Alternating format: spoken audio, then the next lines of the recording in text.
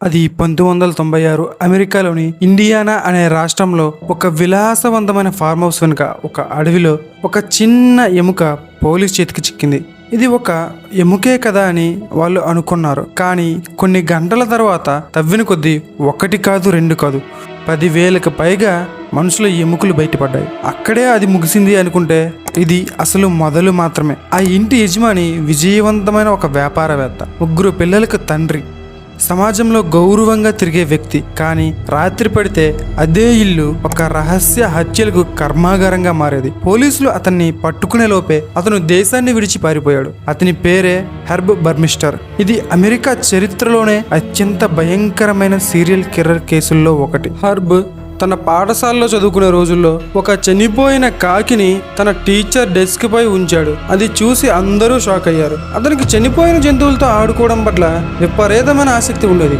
అలాగే మనుషుల మూత్రాన్ని రుచి చూడాలని ఎవ్వరికీ కలగని అసహజమైన కోరిక కూడా అతనిలో ఉండేది. ఈ లక్షణాల వలన అతనికి టీనేజీ వయసులోనే ఫ్రిజోఫ్రెనియా అండ్ యాంటీ సోషల్ పర్సనాలిటీ అనే డిజార్డర్స్ వచ్చాయని డాక్టర్లు నిర్ధారించారు. కానీ ఎవరూ అతన్ని అప్పుడు పట్టించుకోలేదు. అక్కడి నుంచే ఇప్పుడు ఈ అసలు కథ మొదలయ్యింది. అతను పెద్దయ్యాక అతనితో పాటు చదువుకున్నటువంటి జూలీ సెండర్ను వివాహం చేసుకున్నాడు. 3 పిల్లలకు తండ్రి అయ్యాడు.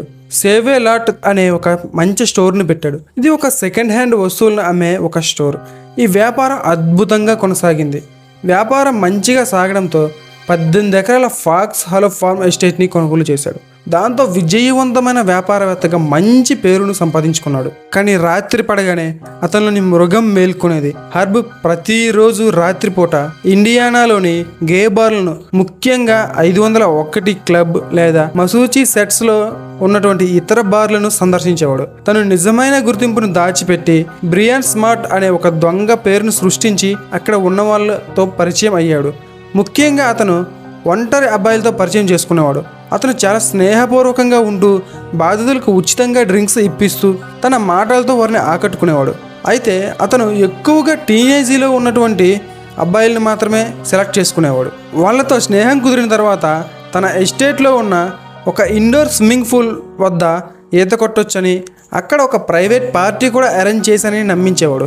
ఆ తరువాత వాళ్ళకి తన ఫాక్స్ హాలోలో ఉన్న ఫార్మ్ ఎస్టేట్కు ఆహ్వానించేవాడు. ఆ విలాసవంతమైన ఇల్లు సక్సెస్ఫుల్ వ్యక్తిగా కనిపించడం వలన వాళ్ళు అతన్ని నమ్మి వెళ్ళేవారు.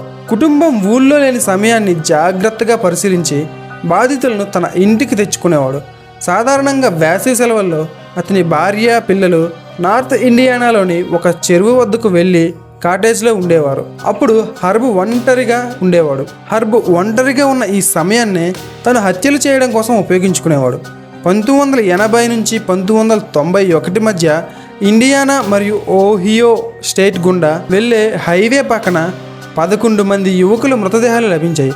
అవి అన్నీ గొంతు పిసికి చంపబడినవే ఉండేవి. వీళ్ళంతా చివరిసారిగా ఇండియానా గే బార్లో కనిపించిన వారే. పోలీసులు ఈ హంతకుడిని I-70 స్ట్రాంగర్ అని పిలిచేవారు.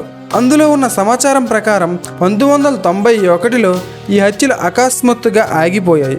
ఇంతకు ముందు చెప్పా కదా, అలా వచ్చిన టీనేజ్ బాయ్స్తో లైంగిక చర్యలు చేసేవాడు. కానీ లైంగిక చర్యల సమయంలో ఒక ఆట ఆడుదామని చెప్పి బెల్ట్ని మెడకి చుట్టేవాడు. అలా గాలి ఆడకుండా చేయడం ద్వారా ఎక్కువగా ఉత్తేజం పొందొచ్చని నమ్మించేవాడు. ఆ తరువాత బెల్ట్తో బాధితుడి మెడను చుట్టి గట్టిగా పట్టు బిగించి వదలకుండా గొంతు పిసికి చంపేవాడు. ఆ పూల్ ఏరియాలో నీటి శబ్దం ఎక్కువగా ఉండేది. సో బాధితుల కేకలు బయటికి వినిపించేవి కాదు. అందులోనూ అది అడవి ప్రాంతం. చంపిన తర్వాత మృతదేహాలను ఎస్టేట్ వెనుక ఉన్న అడవి ప్రాంతానికి తీసుకువెళ్ళి ముక్కలుగా చేసేవాడు.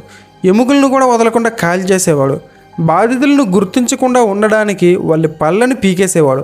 ఒక ఇన్వెస్టిగేషన్ ప్రకారం ఆ పళ్ళను అతను తన ఇంటి హాల్లో ఒక ఆట ఆడుకునేందుకు ఉపయోగించేవాడు. ఇంకా చెప్పాలంటే ఒకరిని చంపి పాత పెట్టి మరుసటి రోజు అదే స్థలంలో తన కుటుంబంతో వెళ్ళి నిర్భయంగా పిక్నిక్ చేసుకునేవాడు. అయితే 1993 నుంచి ఇండియానాలోని యువకులు అదృశ్య అవ్వడం మొదలెట్టారు. కానీ పోలీసులు మొదట్లో దీన్ని నిదానంగా చూసేవారు. ప్రజలకు అందుబాటులో ఉన్న సమాచారం ప్రకారం బాధితులు స్వలింగ సంపర్కులు కావడం వల్లనే పోలీసులు మొదట్లో పెద్దగా పట్టించుకోలేదని అక్కడ గే కమ్యూనిటీ తీవ్రంగా విమర్శించింది. ఒకరోజు టోనీ హారిస్ తన స్నేహితుడు రోజర్ అదృశ్య అవ్వడంతో స్వయంగా తానే ఒక గూఢచారిలా దర్యాప్తు చేయడం మొదలుపెట్టాడు. గే బార్లపై నిగాని ఉంచాడు. ఈ క్రమంలో అతను బ్రియన్ స్మార్ట్, అంటే మనం ఇందాక చెప్పుకున్నాం కదా దొంగ పేర్లను పెట్టుకుని పరిచయం చేసుకునేవాడని, ఆ పేరుతో టోనీ హారిస్ని కలిశాడు.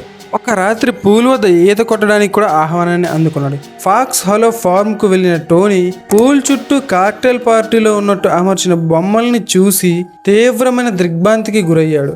బ్రియాన్ అతడికి ఒక డ్రింక్ ఇచ్చాడు, కానీ ఏదో తేడాగా ఉంది అని అనిపించి టోనీ ఆ డ్రింక్ని రహస్యంగా పారబోసాడు. దానికి బదులుగా అందులో నీళ్లను నింపుకున్నాడు. ఆ తరువాత హర్బ్ అకస్మాత్తుగా ఒక బెల్ట్ని టోనీ మెడకి చుట్టి గొంతు పిసకడం మొదలుపెట్టాడు. టోనీ ప్రాణాలను కాపాడుకోవడానికి స్పృహ కోల్పోయినట్లుగా నటించాడు. అతను చనిపోయాడు అని హర్బ్ అతన్ని వదిలేశాడు. ఆ తరువాత అక్కడి నుంచి తప్పించుకుని బయటపడ్డాడు. కానీ ఎస్టేట్ ఎక్కడుందో అప్పటికీ అతనికి తెలియదు. కొన్ని సంవత్సరాల తర్వాత మళ్ళీ హార్బ్ను ఒక బార్ దగ్గర చూసి ప్రాణాలకు తెగించి అతని కార్ లైసెన్స్ ప్లేట్ను కనుక్కొని పోలీసులకు అందించాడు. అయితే 1994లోని హర్బ్ తన 13 ఏళ్ల కొడుకుని ఎస్టేట్లో ఉన్నటువంటి అడవిలో ఆడుకుంటుండగా ఒక మనిషి పుర్రెను కనుక్కున్నారు. జూలీ దీని గురించి ప్రశ్నించినప్పుడు హర్బ్ చాలా ప్రశాంతంగా ఒక అబద్ధాన్ని చెప్పాడు. తన తండ్రి ఒక పెద్ద వైద్యుడని, అయితే ఆ వైద్య విద్యను ప్రాక్టీస్ చేసేటప్పుడు దానికోసం ఈ శరీర భాగాలను తీసుకొచ్చారని చెప్పాడు. ఇవి సాధారణంగా ఫార్మలిన్ వంటి ద్రావణంలో నిల్వ చేస్తారు. అయితే ఆ అస్థిపంజరాన్ని జంతువులు గ్యారేజీలో నుంచి అడవిలోకి లాక్కెళ్ళుంటాయని నమ్మబలికాడు. జూలీ ఆ మాటలను నమ్మింది. పుర్రెను తానే పారవేస్తానని చెప్పి హర్బ్ దాన్ని తీసుకున్నాడు. ఈ ఒక్క అబద్ధం వలన హర్బ్ హత్యల పరంపర మరో 2 ఏళ్ల పాటు కొనసాగింది. 1995 చివరిలో 2 డిటెక్టివ్లు జూలీని కలిశారు. ఆమె భర్త హత్య విషయంలో దర్యాప్తులో ఉన్నాడని చెప్పారు. జూలీ అప్పుడు దాన్ని నమ్మలేదు. 1996 ప్రారంభంలో ఆర్థిక ఇబ్బందుల వలన హార్బ్ యొక్క వింత ప్రవర్తన వలన జూలీ విడాకుల కోసం దరఖాస్తు చేసింది. అదే సమయంలో పోలీసులు మళ్ళీ ఆమెను సంప్రదించి సోదాలను అనుమతి కోరారు. జూన్ 24, 1996న పాత పుర్రు సంఘటన మరియు పోలీసుల యొక్క హెచ్చరికలు గుర్తు చేసుకున్న జూలీ చివరకు ఇంటిని సోదా చేసేందుకు అనుమతిని ఇచ్చింది. జూన్ చివరి వారంలో పోలీసులు ఎస్టేట్ వెనుక ఉన్న అడవి ప్రాంతంలో సోదాలను జరిపారు. భూమిపై చెల్లాచెదురుగా ఉన్నటువంటి వందలాది మానవ ఎముకలు బయటపడ్డాయి. మొత్తం 10,000 కంటే ఎక్కువ ఎముకలు. కనీసం 25 మంది బాధితులు ఉండొచ్చని అంచనా. జూన్ 29, 1996న హర్బ్పై అరెస్ట్ వారెంట్ జారీ చేయబడింది. కానీ అతను అప్పటికే కెనడాకు పారిపోయాడు.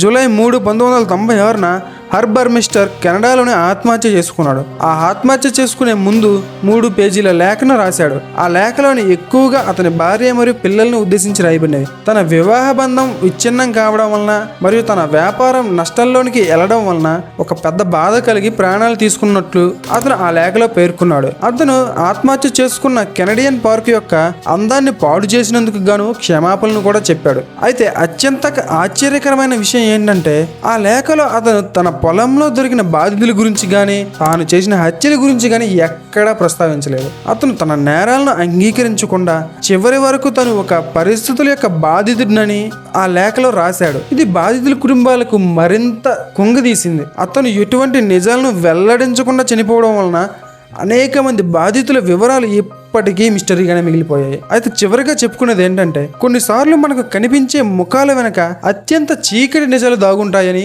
మనకి అర్థమవుతుంది. నేటికే చాలా మంది బాధితుల కుటుంబాలు సమాధానం కోసం ఎదురు చూస్తూ ఉన్నాయి. ఈ వీడియోపై మీ అభిప్రాయాన్ని కామెంట్లో రాయండి. ఈ వీడియోని లైక్ చేసి షేర్ చేసి మా ఛానల్ సబ్స్క్రైబ్ చేసుకోండి. రియల్ టైం కథలను నోటిఫికేషన్ల కోసం బెల్ ఐకాన్ని క్లిక్ చేయండి. జై హింద్.